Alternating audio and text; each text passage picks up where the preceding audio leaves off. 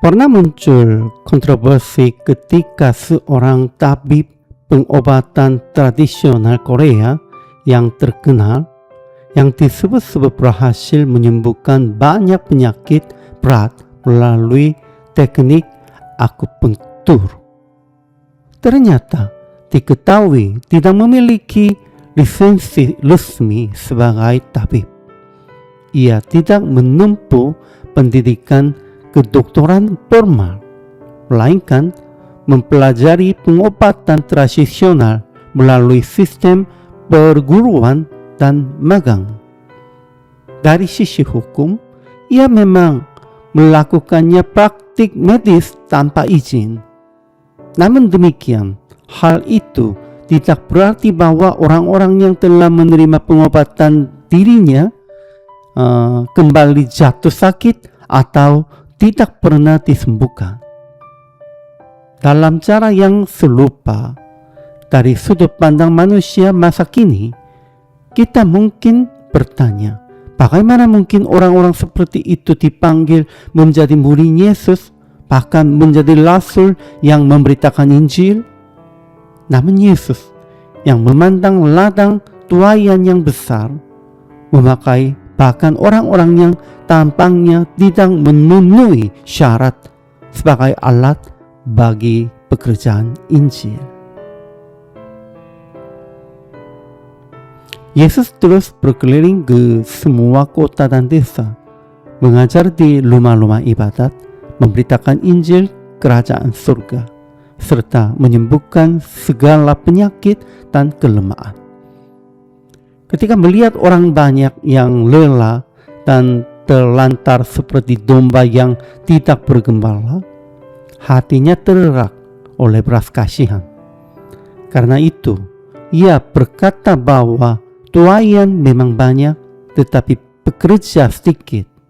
Lalu meminta agar para pekerja dituai bagi ladangnya. Kemudian Yesus memanggil ke-12 murid dan mengutus mereka kepada domba-domba yang hilang dari umat Israel untuk memberitakan bahwa kerajaan surga sudah dekat, menyembuhkan orang sakit, mengusir setan, dan melakukan berbagai pekerjaan kuasa. Ia juga memerintahkan mereka untuk memberi dengan cuma-cuma sebagaimana mereka telah menerima dengan cuma-cuma, serta pergi tanpa membawa emas, perak, bekal, atau pakaian berlebih, melainkan hidup dengan mengandalkan pemeliharaan Allah melalui orang-orang yang menyambut mereka. Meskipun banyak orang di sekitarnya tidak memahami dia, Yesus tetap mengasihi dan melayani mereka seperti domba yang tidak mempunyai gembala. Namun ia tidak memikul pelayanan itu seorang diri. Ia memanggil 12 murid untuk turut mengambil bagian dalam pekerjaan Injil. Di antara mereka ada nelayan dari Galilea, pengungut cukai, orang Zelot, dan bahkan Yudas Iskariot yang kelak mengkhianatinya. Untuk pekerjaan kerajaan Allah, Yesus tidak memilih berdasarkan latar belakang, status sosial, pendidikan, ataupun reputasi manusia. Bahkan, pengkhianatan yang akan terjadi di masa depan tidak membuat Yesus menolak memakai mereka sebagai alat bagi Injil. Hal ini menunjukkan bahwa kuasa Injil tidak bergantung pada kesempurnaan manusia yang memberitakannya, melainkan pada kuasa Allah sendiri.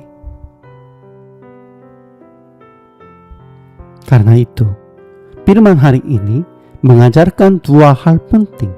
Pertama, Injil lebih besar daripada orang yang memberitakannya, sekalipun disampaikan oleh manusia yang lemah dan tidak sempurna. Injil tetap memiliki kuasa untuk menyelamatkan. Bahkan Yudas Iskariot pun pernah memberitakan Injil dan dipakai dalam pelayanan bersama murid-murid lain. Keselamatan tidak bergantung pada kesempurnaan pemberitaan Injil, tetapi pada kuasa Kristus yang diberitakan. Kedua, mereka yang dipanggil Tuhan harus belajar bersandar sepenuhnya kepada pemeliharaannya. Yesus mengajar para murid untuk pergi tanpa menggantungkan diri pada bekal dan kekuatan mereka sendiri, melainkan percaya bahwa Allah akan mencukupkan kebutuhan mereka. Karena itu, setiap orang percaya dipanggil bukan hanya untuk memberitakan Injil, tetapi juga untuk menopang dan memperhatikan para pelayan Tuhan yang memikul panggilan itu.